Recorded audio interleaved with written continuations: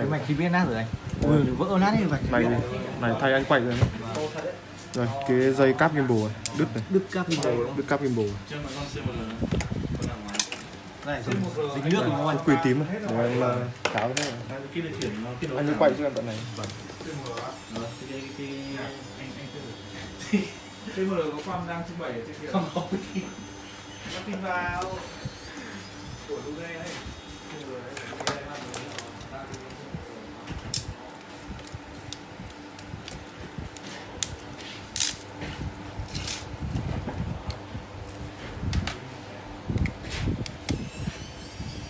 Chỉ nó rơi mà lát cả cái GPS này. Cái vỏ trên vỡ rồi. Rơi mạnh. Này rơi cao này. Khá cao. Cao mà anh, cao. Nơi trên điện xuống này. Nghe đâm ở dây điện rồi. Vâng. Dây điện.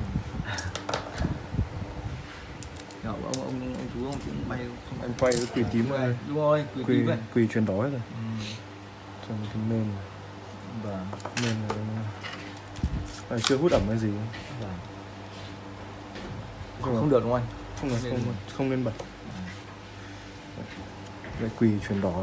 Vâng. Cái quỳ điều đỏ đúng không? Đúng. Còn bên trong cái EC cũng quỳ đỏ này. Anh tháo.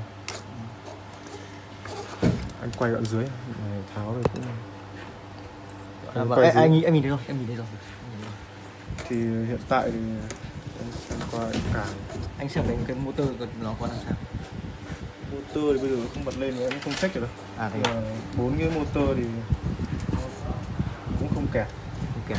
Đây em thấy có 3 cái càng, hiện tại thì như em nhìn thôi thì sẽ còn 3 cái càng. Có 3 cái càng. 3 càng này dùng được. Vâng.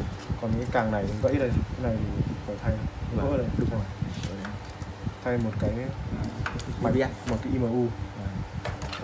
Một dây cáp gimbal. Vâng.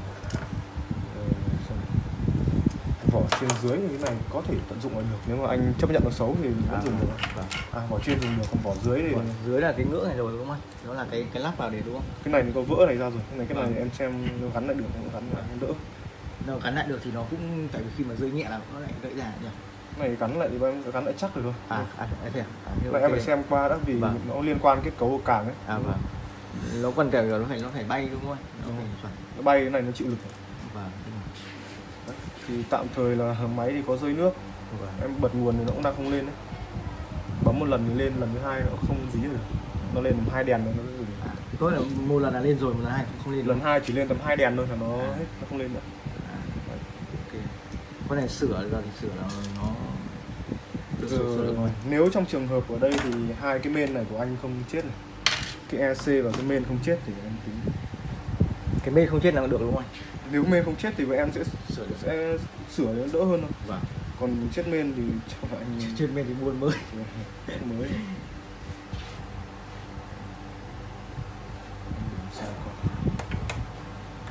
Ở đây một cái vỏ trên này. Vỏ trên nát rồi. Em không nhớ giá rõ. Vâng. 300.